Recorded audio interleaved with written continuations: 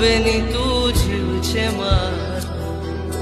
કોણ હલાવે લીંબડી ને કોણ ઝુલાવે પીપળી, ભાઈની બેની લાડકી ને ભાઈલો ઝુલાવે, બેનડી ઝૂલે ભાઈલો ઝુલાવે ડાળખી. કોણ અપાવે